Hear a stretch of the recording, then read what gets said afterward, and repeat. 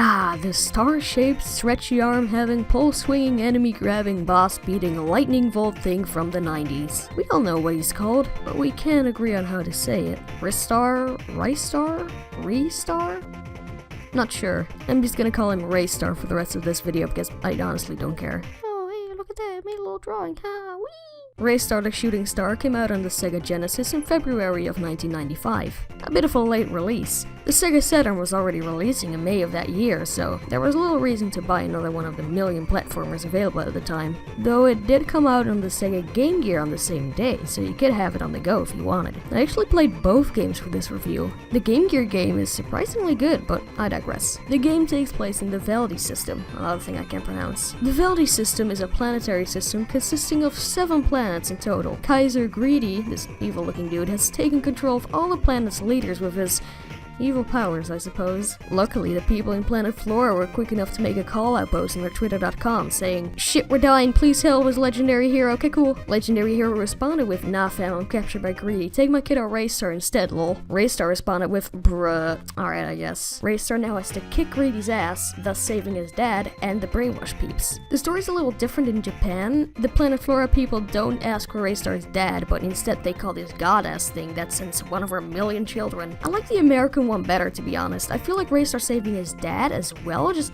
adds a bit of tension and personality to the story. Like, sure, defeating Greedy is important, but I feel like getting back to your dad is a better, more personal motivation for Ristar. And also, I mean, just look at them when they reunite. Oh, that's so cute. Anyways, about the gameplay. Oops, I just realized I never actually told you about who Ristar is. Well, back in the day, there was a contest to see who Sega's new mascot was going to be. There was this rabbit character floating around. He could use his ears to grab onto enemies and obstacles, but eventually the idea was scrapped because it didn't fit the speed of the game they had in mind. I think. I'm not actually really sure about this entire Rabbit Sonic situation, but I do know that it eventually turned into Ristar. So what can Ristar do? I hear all of you kids screaming at your huge-ass gaming PC's monitors that are powerful enough to run Fortnite in 140 frames per second. Well, I was just about to tell you, bratty, ignorant, spoiled little fuck. Ristar can jump, as usual. It works pretty well, but at first I thought you can slow down during it, like Castlevania, except you're able to turn around. Later, though, I figured out you can slightly tap the opposite direction for a quick slowdown. Would have been nice to know. The basic movement works great as well, but those physics are a little off. When Ristar runs down a slope, he runs down a slope. He gains so much speed simply by walking down, what the fuck? It's very satisfying to make a speedy jump after this, but that's still no excuse. And no, the Game Gear version does not fix that. Ristar can also stretch his arms out to grab walls. You can use it to get up to secrets or areas you're unable to jump to. Swing on poles. This one's fun, but you don't jump high enough afterwards, which makes climbing up poles like these very annoying. Swim underwater, open chests, climb on ladders, and attack enemies. Though I usually like to hold them for a bit longer so they have time to rethink their life decisions. Time's over, bitch. Time for you to go to hell. Speaking about hell, that camera though. It always keeps Ristar at the part of the screen you don't want to be at. The camera's a little slow. It doesn't keep Ristar at the center of the screen. This is annoying because there might be an enemy in front of you that you can see coming in time. The Game Gear version fixes this issue, but it does still happen. Though this is usually whenever I start flying off into space. Speaking of the Game Gear version, there's Collectible Stars now. Yeah, that's right, the Genesis version doesn't even have a collectible like rings or coins. These don't do much besides add to your life score when you hit 100, but they really fit the game well considering this game's all about exploring. I guess that's the best way I can describe the Game Gear version. If you want gameplay over charm, this is the right pick. For instance, remember Conker's Bad Fur Day? They made a remake of it called Live and Reloaded. It added so many tiny gameplay improvements, but it lost a lot of its charm and personality. That's what's happening here. For instance, remember when I said that going up vertical poles is a little hard? That's fixed here as well. There's a lot of these little gameplay changes that just make it so much better in so many ways besides graphics and audio. But I'm not really sure. The 8-bit aesthetic does have a certain charm to it. The Game Gear version's OST is a little lacking, but that's to be expected of course, since you do get a lot of gameplay tweaks. Speaking of OST, as you can hear, Ristar's soundtrack is boppin'. It's so criminally underrated that I even made a crappy remix of it. Tomoka Sasaki, the composer of the Ristar soundtrack, did an awesome job capturing the spirit of these places. They really couldn't have sounded any better. You're gonna hear some of my favorites throughout the video. Oh, and when you reach the end of a planet too, it goes...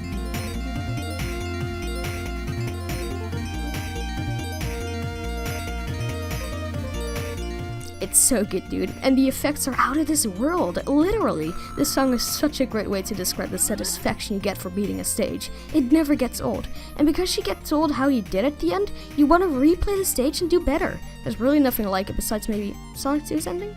Oh, and Ristar at the end saying is awesome, because we're not done yet. Oh no, we're not.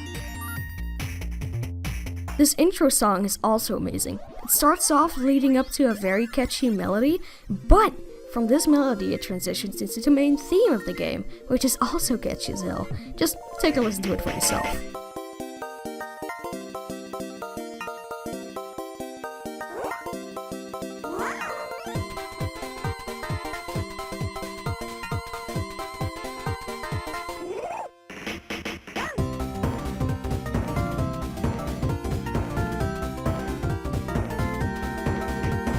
The stages are all very colorful and each have a unique gimmick and personality. They all stand out from each other, but they all make great use of Ristar's abilities, and none of them feel boring or tedious. For instance, in this stage you have to grab these clocks and give them to these birds.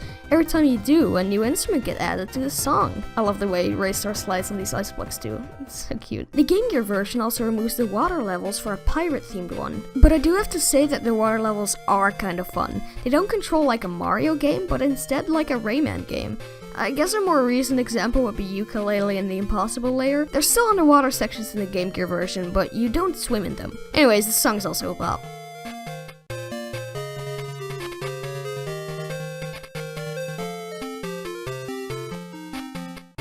So how do you complete a stage? Well, at the end of each stage, there's a Sonic Rush style spinning rod that you can grab to shoot off to the next level. The higher you exit the level, the more points you get. I would say that this is like a nice risk reward system, but like, you get infinite chances at this. There's not much point. The Game Gear version fixes this issue. You fail and it's gone. There's no way to get any extra points after that. This works so much better. Now you actually have to try. At the end of each planet, you get to fight a boss. These bosses are pretty good. I was blown away by this falling boss. It was so badass. And at the end, he turns into like a normal enemy. It's so sad, dude. It's so adorable. Oh, and this bird dude too. He starts to sing and the screen gets all wacky and tilted. You gotta get him off his pole to hit him while he's flying. Look at his face when he gets hit. Ristar himself is also very expressive. He'll look surprised that the tree fell down, maybe he'll build a snowman when he has nothing better to do. It's little details like this that I can really appreciate in games. Now, I know I haven't really talked about the graphics yet, and that's because I wanted to keep it for this moment. Damn, they're incredible! I spent half a minute with my eyes just glued to the backgrounds of these stages because they're just so mind-blowing. You can definitely tell this is one of the late Genesis games. They really knew what they were doing here. Though if I can give some criticism, it's that it doesn't really feel like what's over there is also over here. But that's just a minor nitpick. Oh, dude, do you see those birds flying in the background? Dang, that's awesome.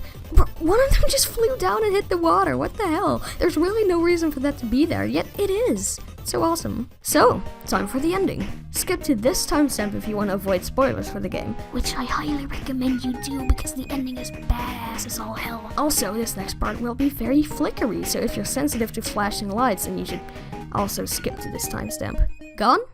Okay, good. So the final boss is you against Greedy. It's very tough, but you'll get through it.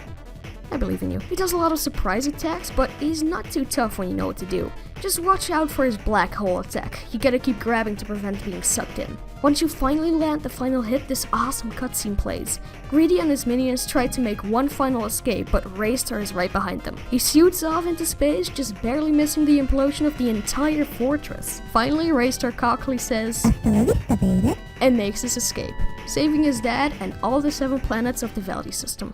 Such an epic ending. Before closing this review, I just want to say that these credits are pretty awesome. You see Ristar before and after Greedy has mind-controlled the planet's leaders, and these images are just very wholesome in general. Also, the song is an absolute bop as well.